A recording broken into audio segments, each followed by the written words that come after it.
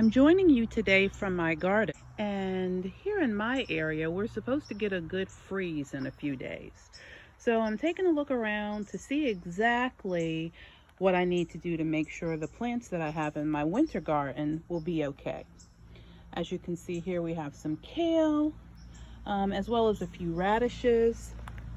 This is one of my random beds. There's a really sweet pepper trying to hang on, some butter crunch lettuce, as well as some walking onions. That's the first time in my garden this year, as well as just a few sweet peas. I doubt we're going to get any peas. However, I really do get a kick out of coming out and just picking a little leaf because the pea shoots taste just like peas.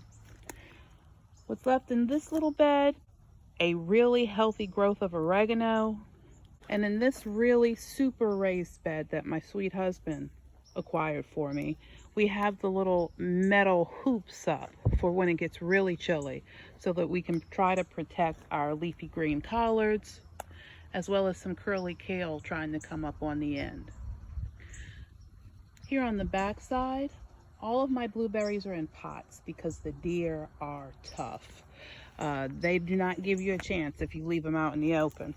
And on this lovely arch, the Malabar spinach did a fantastic job of growing this year. Down below, we have some tatsoi, as well as some of those peas again, just a few Napa cabbage, as well as some beets that I hope come up soon. That one little pot back there has my husband's lonely Brussels sprout. Over here, well, this is Oscar. Say hi to everyone, Oscar. In this bed, we also have more tatsoi, a little bit of red cabbage, and a Malabar spinach over there that just won't give up. Our tallest spinach pot, looking good, as well as some cabbage in here. It looks like this Napa cabbage has been under a little bit of an attack. However, I think whatever creepy critters are after it will be gone after a few days when we get a good freeze. These marigolds were teeny at the beginning of the summer. They have held on. Sturdiest marigolds we've had yet. And I give credit to this gold right here. And I'll introduce you to the lovely ladies who make this compost shortly. Oscar, come on, let's go introduce everyone to the girls. Come on. We have to be sure to close the garden up because the deer will take advantage of any opportunity. They can hear us coming.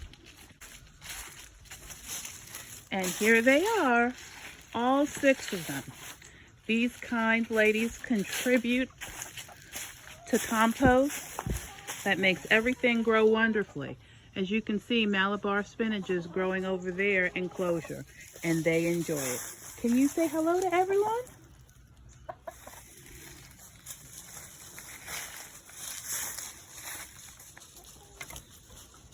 Their hen house is actually a converted house that used to be used for a goat. Oscar, be nice and say hello. And it looks like we have breakfast for tomorrow. Come on, Oscar, let's go show everyone what we've been creating inside. Before we go in, let's just look at this beautiful day. I have to say I'm pretty proud of myself today. It was my first attempt at water bath canning, and these is 3 pretty cool containers of apple butter. I got inspired watching Homestead Heart. It wasn't as hard as I thought it would be. Welcome to my craft room. Oscar's taken up position, and we're ready to recreate. So this is my first YouTube video. So you may ask yourself, why YouTube? Why now? What is this channel about? What can it do in addition to all of the thousands of content creators on YouTube that isn't already available someplace else? And I've asked myself that question as well. It's been quite a journey to get to this point where I'm willing to sit in my craft room and put myself on camera in front of the world, which seems like a little bit of a dumpster fire right now. To open myself up to people that aren't always kind, in particular to people that look a little different. My journey began, I guess, in around 2012. I was outside in my garden, which I've enjoy tremendously. And I found a little spot, just a tiny little spot on my finger. It was a little white spot. I didn't think too much about it. I thought, oh, I must have scraped myself on something. And as time went by, that spot grew. And after consulting many doctors up and down the Eastern Seaboard, including what they call the best, no one has been able to provide me to a solution to a condition they called vitiligo. Never had much information on it, didn't know a whole lot about it, but I do know that it stripped away my beautiful pigment to create a situation where I have multiple colors. I've been completely white to the point where I repigmented, but never back to my original shade. It's been a challenge, to put it mildly. I worked for years as a women's advocate.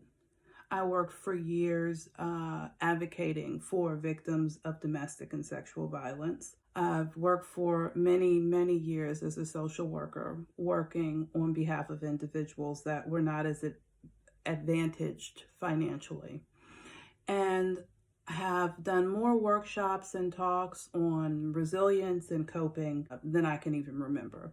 However, when it came to looking in the mirror each day and meeting a new person each day with a new look, it tested all of those things that I taught others. It came down to, can you use your coping skills and practice what you preach? And there have been some ups and downs, and I'm going to be honest, it has not been easy. However, I thought through it all, one of the things that gave me peace was creating things that are beautiful.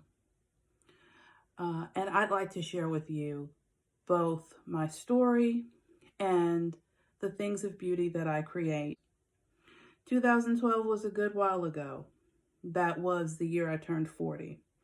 And so with some years under my belt and some beautiful creations to share, I'm hoping that my time here on this platform can be beneficial and inspirational to someone else, to let you know, not just through a workshop, but through an example, that you can overcome, happy, and be successful.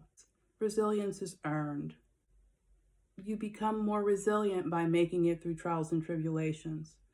And I'm hopeful that I can share with you some of the tips and techniques that I've used over the years to help keep me up, get me going, and remind myself to be thankful, even on days I didn't feel as grateful as I should be for the Lord's blessings. This is my first video, but if you'd like to visit with me, I would love to have you. I'd like to share more of my story and hear some of your stories of resilience.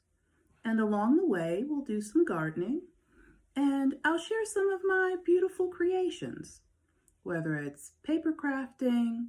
I make some pretty cool tumblers.